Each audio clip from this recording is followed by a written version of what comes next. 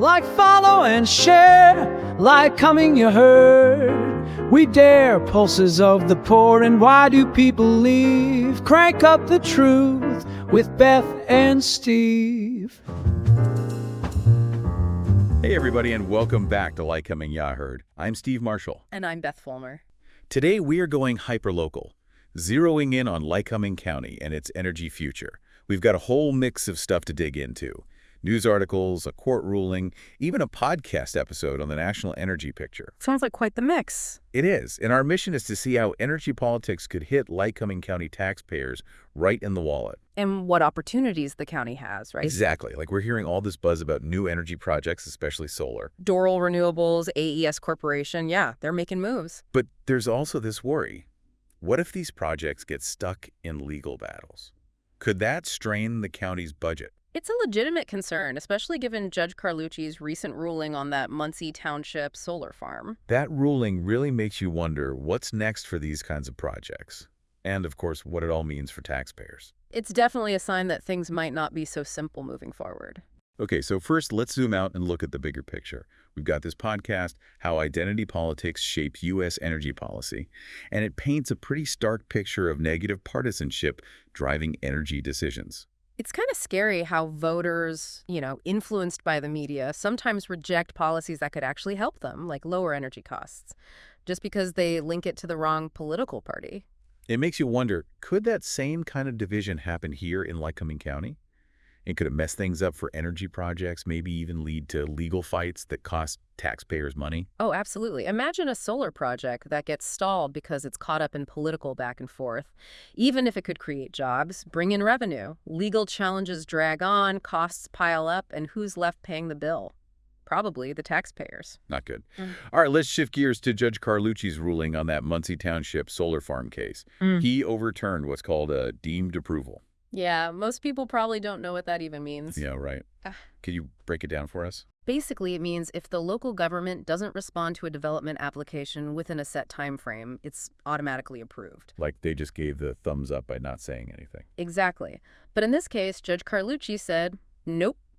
The developer hadn't properly addressed concerns about glare from the solar panels. So this doesn't kill solar in the township. It just means the company has to go back and fix the glare issue. You got it. But the bigger picture is that this ruling sets a precedent. Developers have to be super careful right from the start, address any community worries, or else they risk those expensive legal battles that could end up hitting taxpayers. We're seeing this tension even at the national level, like when J.D. Vance stopped in Williamsport during his vice presidential campaign. He was all about that classic energy independence platform.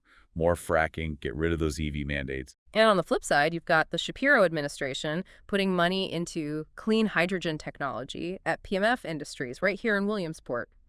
So it's this push and pull between traditional energy sources and these newer, cleaner technologies. It mirrors the national energy divide. So here's the big question for Lycoming County.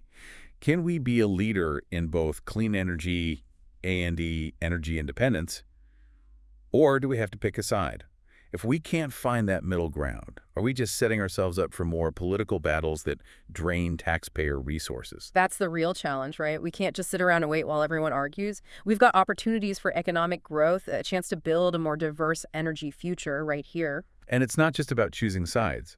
Some folks in the county are worried that these solar projects, they'll create a bunch of construction jobs, but then what? Exactly. They're not the kind of stable, long-term manufacturing jobs that a lot of people want to see, like Jason Fink from the Chamber of Commerce. He's been pretty vocal about that. So it's a tough balancing act. How do we attract this new energy investment, make sure it benefits everyone in Lycoming County, and most importantly, make sure these projects aren't costing taxpayers more than they're gaining? It's a lot to think about, that's for sure. It's easy to get caught up in this whole fracking versus solar farms thing, Yeah. But what if the answer for Lycoming County isn't about picking sides at all? Like, what if it's about remembering our own energy history? You mentioned something about a hidden solution before. How does looking back help us move forward with energy? Well, think about it. Lycoming County, we've been timber country, coal country, and now natural gas country. It's not just about producing energy, it's about adapting to new forms of it.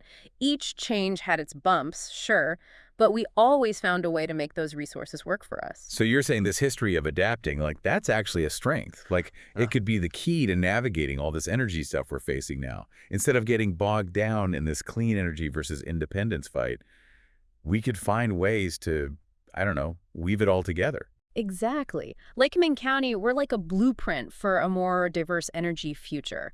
We get that each source has its pros and cons. A balanced approach, that could be how we attract investment, create a more stable energy economy. It's a really interesting way to think about it. But we keep coming back to politics. How do we stop those divisions, especially the negative partisanship, from like just derailing everything? Because that could lead to those legal fights that just drain taxpayer dollars. That's the million-dollar question, right? We got to find ways to bridge those gaps, start talking to each other productively, not just yelling. It's about moving past us versus them and realizing we're all in this together when it comes to Lycoming County's energy. I agree, but everyone's in their own little echo chamber these days. It feels impossible to have real conversations because people just shut down if it's coming from the other side. It starts with being open and honest. Local leaders, businesses, people like us, we need to be on the same page about the challenges and opportunities. Talking to each other, having good information, that builds trust, makes it easier to find common ground. And this goes back to Judge Carlucci's ruling, right? Developers, they've got to be upfront about how their projects might impact the community, even if it's stuff that could cause some concern. It's better to address it head on than to have legal battles later that could end up costing taxpayers money. You got it. Trust is key. And it's not just on the developers. Elected officials need to be open about their decisions, explain their reasoning. Everyone needs to feel like they have a say in Lycoming County's energy future. It's a lot to ask, but it makes sense. We need to shift the conversation away from fighting and toward working together. Maybe part of that is focusing less on what could go wrong with energy projects and more on the good stuff that could come out of it. Absolutely. Clean energy projects, they can create jobs, boost tax revenue, help local businesses. We could really see the local economy take off. Lycoming County could be a hub for energy innovation. But how do we make sure everyone benefits? Not just a handful of people. How do we spread the wealth, so to speak? Yeah, that's a big one. We can't let these investments help a few while everyone else is left behind.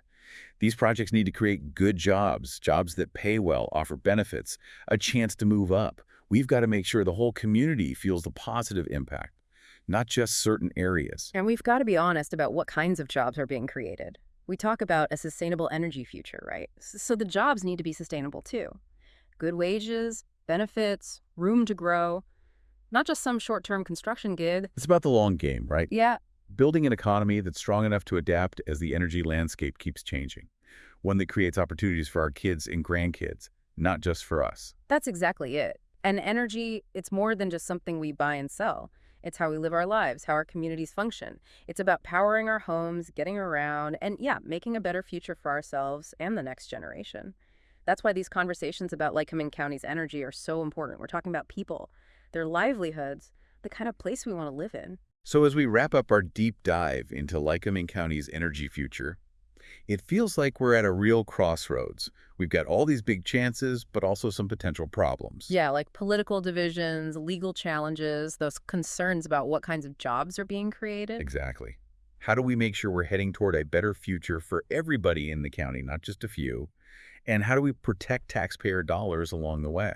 Well, going back to that hidden solution, maybe the answer is looking back at Lycoming County's history with energy. Remember, we've been timber country, coal country, now natural gas country. We've seen it all. Right. Each transition had its issues, but we always adapted, found a way to make those new resources work for the county's economy. So this history of adapting, evolving with energy, it's actually one of our biggest strengths. Exactly. It's part of who we are. And it puts Lycoming County in a unique position to lead in a more diverse energy future. We're not starting from zero. We're building on a foundation of experience. That's a really good point.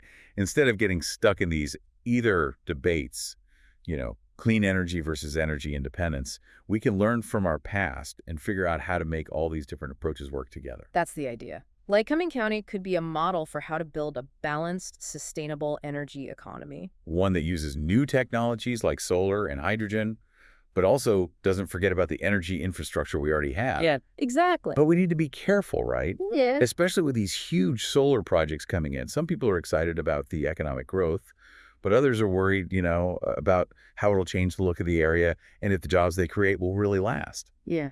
How do we balance those viewpoints and make sure these projects are good for everybody, not just developers and investors? That's where planning and getting the community involved are super important. We got to make sure these projects are designed in a way that limits the bad stuff and really benefits everybody in Lycoming County. So we're talking about choosing locations carefully, right? Making sure solar panels don't ruin scenic views or hurt property values. And working with developers so they're creating permanent, skilled jobs in renewable energy, not just temporary construction gigs. Exactly. And maybe we can even find ways to connect these new energy projects with industries that are already here, Make our economy stronger and more adaptable. Like, what about solar panel manufacturing or making parts for those hydrogen fuel cells?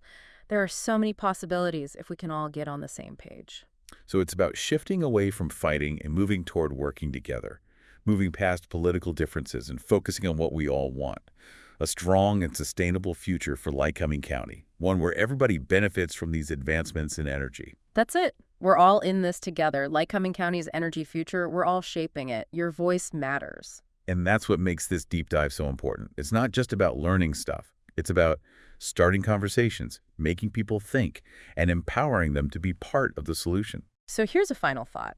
If Lycoming County wants to be a leader in both clean energy and energy independence, what steps should local leaders, businesses, and residents like you take? What will your role be in shaping this energy future? This has been a fascinating deep dive into Lycoming County's energy future. Thanks for joining us. We hope you found it insightful and are ready to join these important conversations that will impact our community for years to come. Like, follow, and share. Lycoming, you heard. We dare pulses of the poor, and why do people leave?